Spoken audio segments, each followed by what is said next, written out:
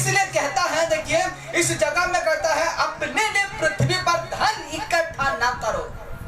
अच्छा हम जाते हैं किसी का मजदूर, हम जाते हैं किसी का कमाने, आज 100 रुपया मैं कमा लिया, उसमें मेरा जीवन गुजारा हो रहा है, मैं खा रहा हूँ पी रहा हूँ, उसमें क्या रहो संतुष्ट रहो। इकट्ठा करने के लिए ये 70 साल का जीवन, ये 70-60 साल का ये मनुष्य का आयु उसी में आप लगा देंगे तो परमेश्वर के पीछे कब जाएंगे, कब जाएंगे, जाने पाएंगे? समझे ना? यही बातों को यीशु कह रहा है कि अवश्य दरकार है, जरूरी है, तेरे खाना पीना, तेरा पहनना उड़ना, सब ये सब करने के लिए तेरा जरूरत है, लेकिन जो तू कमाता है वो आता है उसी से कर, लेकिन तू इकट्ठा करने के लिए तू सारे पूरे दिन लगा देते हो, तब तुम मुझे कब पहचानोगे? इसको कह रहा है परमेश्वर, इसको कह रहा है यीशु नजरी। तो कहता है, हम ठीक उसका नीचे पढ़ते हैं, जहां कीड़ा और काई बिगाड़ते हैं, लेने पाएंगे उसको इकट्ठा करके? एक तो अपना जीवन नरक में चला जाएगा, एक तो आपका संपत्ति जो कमा कर रखेंगे, इकट्ठा करेंगे, वो भी नहीं लेने पाएंगे, कीड़ा खाएगा, मकोड़ा चोर लेगा, सब कुछ बिगाड़ देंगे। इसीलिए कहता है, और जहां जहां चोर सेंध लगाते और चुराते हैं, हालेलुया, कुछ करने नहीं पाएंगे मेरे प्यारों। इसलिए उसका ठीक 20 में कहता है, मत्ती 6 उसका 20 में कहता है, परंतु अपने लिए स्वर्ग में धन इकट्ठा करो, हालेलुया, परंतु अपने लिए खुद के लिए तुम कहाँ धन इकट्ठा करना है? स्वर्ग में धन इकट्ठा करना है। जब आपके पास धन नहीं होगा, उस समय आपके पास धन नहीं होगा, स्वर्ग में आपका घर है का किसका? परमेश्वर ने घर कहाँ बनाया? मेरे आपके लिए स्वर्ग में बनाया है। तो अगर धन नहीं है, स्वर्ग में प्रवेश करने पाएंगे? नहीं पाएंगे। तो मैं उसका निचोड़ बताऊंगा। तो कहता है इस जगह में, हाँ, परंतु अपने लिए स्वर्ग में धन इकट्ठा करो, जहां न तो कीड़ा और न काई बिगड़ता है, और जहां चोर सेंध लगाता है और न चुराते हैं। ठीक उसका 21 को पढ़ता हूँ, 6 का 21 को।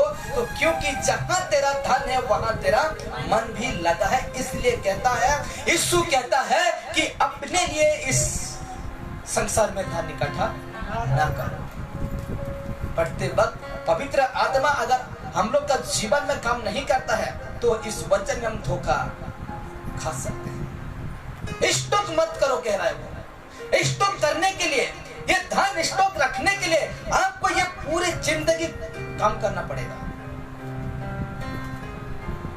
हालेलुया। तो हम कब समय देंगे परमेश्वर से? समय देने पाएंगे? नहीं पाएंगे। इसलिए कहता है, इसलिए तो ये वचन कह रहा है, जहां धन है वहां तेरा मन है, तो तेरा मन का मेरा में कहाँ है? यीशु कह रहा है, जहां धन है वहां तेरा मन है, तो तेरा मन मेरा में कहाँ है? इसीलिए कहता है कि तुम इस पृथ्वी में धन इकट्ठा ना करो।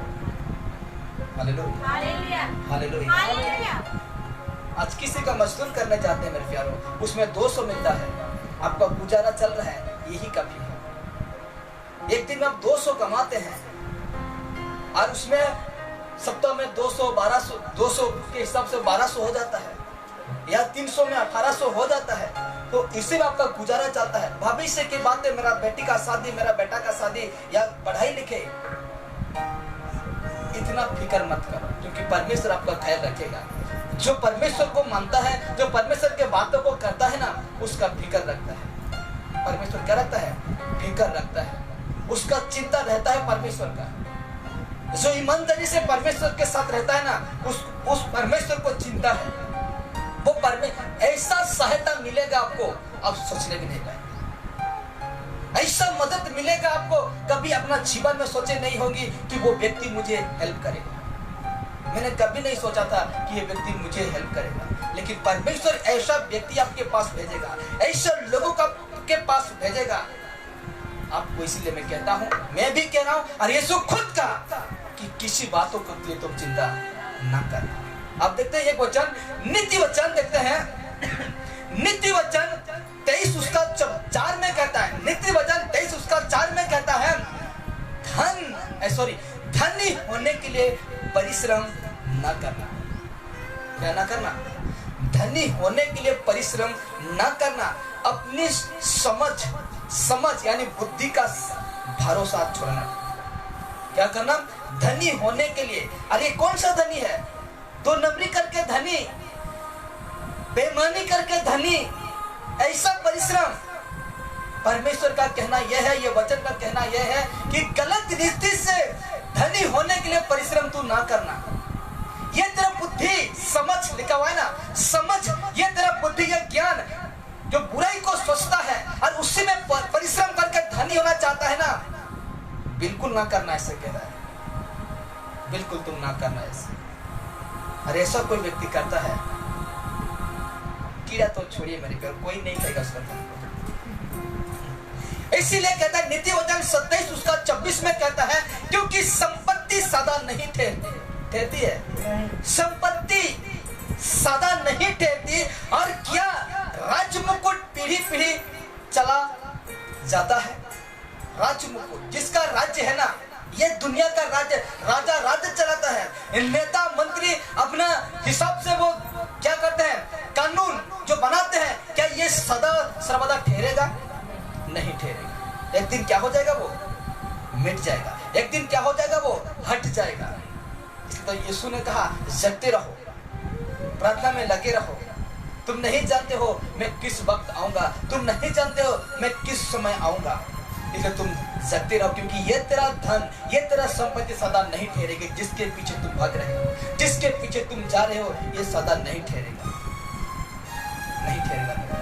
इसलिए नीति वचन 23 उसका 5 को पढ़ते हैं तो कहता है, क्या तू अपनी दृष्टि उस वस्तु पर लगाएगा जो है ही नहीं? क्या वो अपना दृष्टि उस वस्तु पर लगाएगा जो है ही नहीं? वो उका पक्की की नहीं, पंख लगाकर निस्संदेह आकाश की ओर उड़ जाता है। पैसा आज है, कल उड़ जाएगा। चिड़िया जिस प्रकार उड़ता है ना मेरे प्यारों, पैसा भी ऐसे उड़ रहा है। क्या हो रहा है? पैसा भी ऐसे उड़ रहा है। और उसके पीछे जो भागेगा ना, वो तो बर्बाद होगा ही होगा, लेकिन उसको नरक भी जाना पड़ेगा। कहाँ जाना पड़ेगा? नरक भी जाना पड़ेगा। इसलिए कहता है, क्या तू अपनी दृष्टि उस वस्तु पर लगाएगा जो कुछ है ही नहीं? जो वस्तु नहीं है उसमें मन लगाकर क्या फायदा? फायदा है? जो कुछ आपको मिलने वाला कुछ नहीं है, कुछ फायदा नहीं मिलने वाला है, तो उसमें जाकर क्या फायदा है? फायदा है नहीं। तो हम क्यों जाएंगे? नहीं जाएंगे। इसलिए मेरे प्यारों, स्वर्ग धन क्या है आप मैं बताऊंगा, अंत में मैं अभी बताऊंगा। अभी ये जो मैसेज है ना अभी समाप्त होगा, तो मैं अभी बताऊंगा।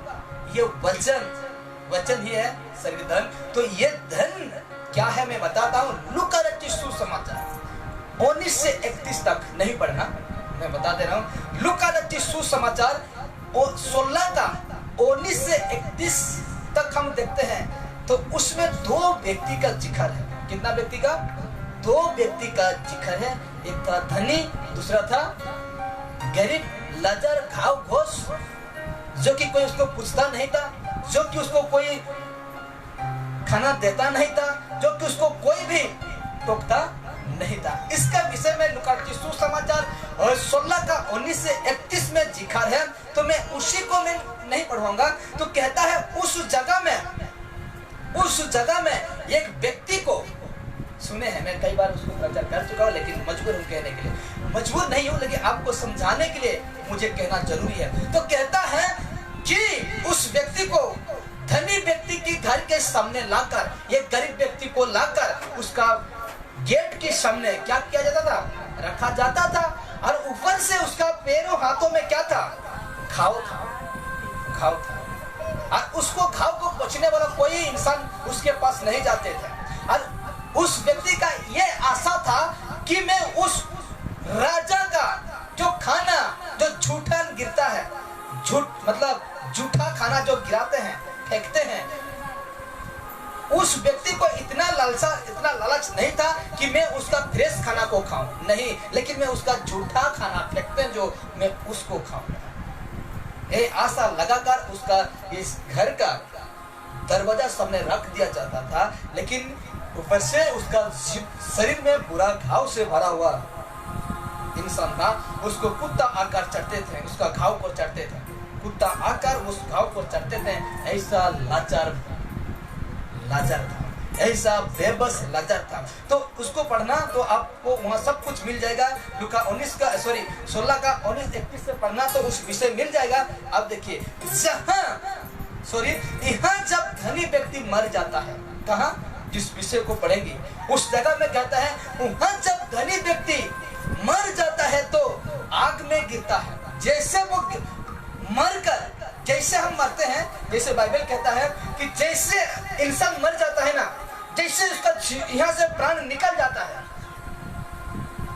जो आत्मा रहता है परमेश्वर ने दिया है, वो आत्मा जब निकल जाता है ना, वो तुरंत, या यीशु को पहचाना है तो अच्छा जगह में, अब्राहम का गोद कहा जाता है, उसमें आपका आंख खुलेगा। अगर अच्छा काम नहीं किए हैं, यीशु में नहीं है, तो आग में जाकर गिरेंगे। तो उसी प्रकार जैसे वो धनी व्यक्ति मर गया, वैसे पटक, मैं जैसे आंख बंद किया वहां आंख खुल गया, मैं जैसे यहाँ मर गया वहां मेरा आंख खुल जाएगा। तो जैसे आंख खुला तो देखता है कि आग में गिरा हुआ है और तड़प रहा है। क्या हो रहा है?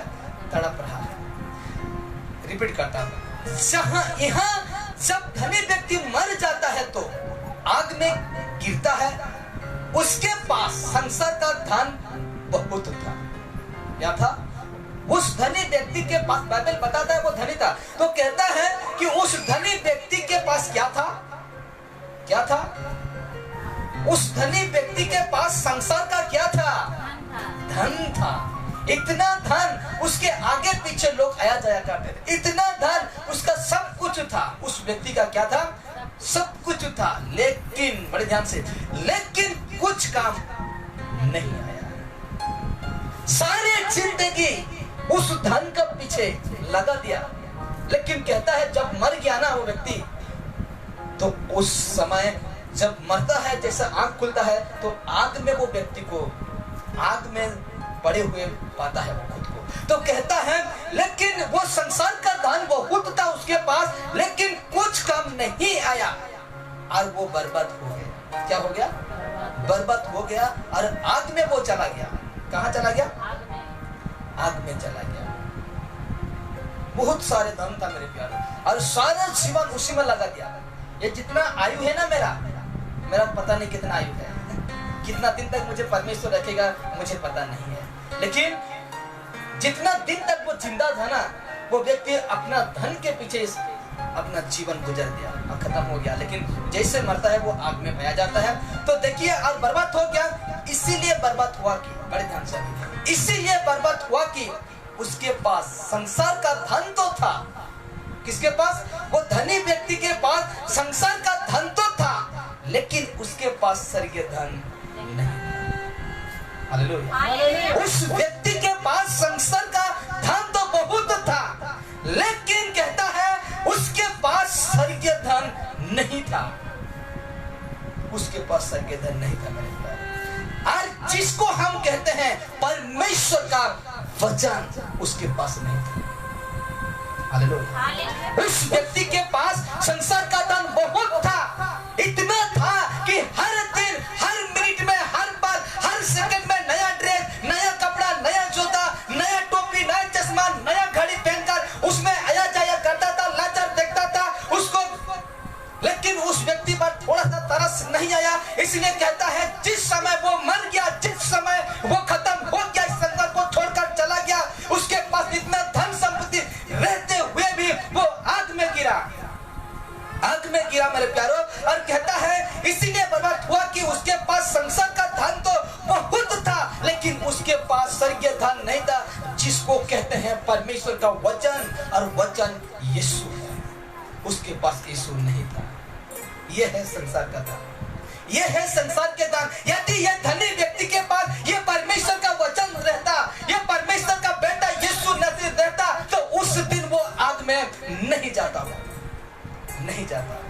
ये है ना, देखिए उसको थोड़ा सा फिक्र नहीं हुआ। लेकिन आज भी हम वैसा कर रहे हैं, वो धनी व्यक्ति के समान आज हम बन रहे हैं, उसके जैसा हम चल रहे हैं, यीशु को जान रहे हैं, आज संसार की धन को कमा रहे हैं, इकट्ठा कर रहे हैं। उसको इकट्ठा करने में सारा जिंदगी गुजर दिया, वो उस धन को इकट्ठा करने में सारा जिंदगी गुजर दिया मेरे प्यारे। लेकिन ऐसा वक्त आया उस व्यक्ति कुछ कम नहीं आया और नरक में चला गया। और वजह यह है कि उसके पास स्वर्गीय धन नहीं था, स्वर्गीय धन नहीं था, जिसको कहते हैं प्रभु यीशु नहीं था, प्रभु यीशु नहीं था, और अपना जीवन नरक में चला गया।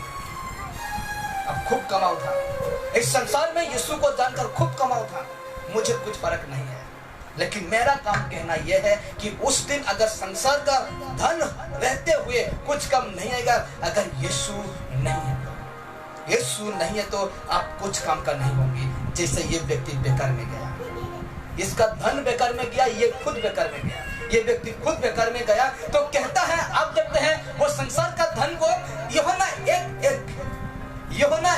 में कहता है, आदि में वचन था, वचन यीशु ही है। कौन है? वचन यीशु ही है, धन यीशु ही है, स्वर्ग का धन यीशु ही है, यीशु ही है मेरे प्यारो। इसलिए देखिए कहता है यूहन्ना 1:1 में कहता है, आदि में वचन था, वचन परमेश्वर के साथ था और वचन परमेश्वर था। और कहता है पहला यूहन्ना 5:12 में कहता है, जिसके पास पुत्र है उसके पास जीवन है। हालेलुया। जिसके पास पुत्र है, परमेश्वर का पुत्र यीशु, जिसके पास वचन है उसके पास जीवन है, उसके पास जीवन है। और कहता है, और जिसके पास परमेश्वर का पुत्र नहीं है उसके पास जीवन नहीं है। उस व्यक्ति के पास परमेश्वर का पुत्र नहीं था, परमेश्वर का वचन नहीं था, और अपना जीवन अपना धन कमाने में, धन इकट्ठा करने में गुजर दिया, लेकिन यीशु को अपना दिल में जगह नहीं दिया, इसलिए वो आग में गिर गया, आग में गिर गया। Hallelujah, hallelujah. इसलिए मेरे प्यारो, आज धन कमाओ, मुझे कोई फर्क नहीं है, लेकिन कमाना ईमानदारी होना चाहिए। कमाई आपका सच्चाई होना चाहिए, कमाई में आपका लालच नहीं होना चाहिए, कमाई में आपका बुराई नहीं होना चाहिए। अगर ऐसा धन कमाना उचित है परमेश्वर के दृष्टि में, परमेश्वर के दृष्टि में उचित है मेरे प्यारे। और ये याद रखना, उस दिन अगर यीशु को मतलब क्या कहते हैं उसको, यीशु को पीछे हटाकर अगर ये धन कमाने आपका जीवन गुजर रहे ना, तो सोच लीजिए, मैं ये लिख कर देता हूँ, और ये बाइबल सकिया यीशु सकिया कहता है, जिसके पास यीशु नहीं है उसके पास जीवन नहीं है, नहीं है मेरे। ये वीडियो एक दिन गवाही देगा, ये वीडियो कलीसिया का लोगों को गवाही देगा, दूर दूर का लोगों को गवाही देगा। जितने मुझे फेसबुक यूट्यूब में देखते हैं, उस दिन देगा, तेरा पास बेटा यीशु नहीं है तो तुम स्वर्ग का राज में तुम प्रवेश करने नहीं पाओगे। चाहे मैं हूँ, चाहे वो सेवक हो, चाहे वो विश्वासी हो, कोई भी हो, अगर यीशु नहीं है, परमेश्वर का बेटा यीशु, स्वर्ग के धन परमेश्वर का बेटा यीशु है, अगर आपका जीवन में यीशु नहीं है तो उस दिन आप पूरा बेकार में जाएंगे। जिस प्रकार वो धनी व्यक्ति बेकार में गया, उसका धन बेकार में गया। Hallelujah, hallelujah, hallelujah. ये डर होना चाहिए, ये डर आपका जीवन में कपना चाहिए, ये परमेश्वर का डर आपका जीवन में कपना चाहिए मेरे प्यारे। लेकिन आप तो डरते नहीं, परमेश्वर से डरते नहीं, इसलिए आप समय में नहीं पहुंचते। अगर मैं यहाँ आधा घंटा बैठता हूँ, लेकिन आपको थोड़ा सा वो नहीं है, डर नहीं है, डरो परमेश्वर को। जब जैसे कहता है ना, जब परमेश्वर को डरोगी ना, जब परमेश्वर से हम डरते हैं ना, तब उतने हम वो गलत से दूर रहते हैं। हालेलुया, उतना हम गलत से दूर रहते हैं। इसलिए इस वचन आपका जीवन में बहुत आशीषित बने, आपका जीवन में ये काम करे। आप जान सकते हैं क्या मेरा जीवन में ये धन है, क्या यीशु धन, जो यीशु धन है, स्वर्ग का धन है, क्या ये मेरा जीवन में है? हालेलुया। मैं किसी को गलत नहीं कह रहा हूँ मेरे प्यारे, मैं किसी भाई बहनों को या मैं किसी को नहीं कह रहा हूँ, मैं आपको तो सिर्फ बचा रहा हूँ, सत्य को सुनाता हूँ। हालेलुया। इसलिए आइए हम सब खड़े हो जाते हैं, बंद करते उसको। परमेश्वर का धन्यवाद हो कि हम ऐसे बातों को सीखते हैं, ऐसे बातों का हम सीख कर मजबूत हुए और दूसरों को भी मजबूत करें, दूसरों को भी मजबूत करें।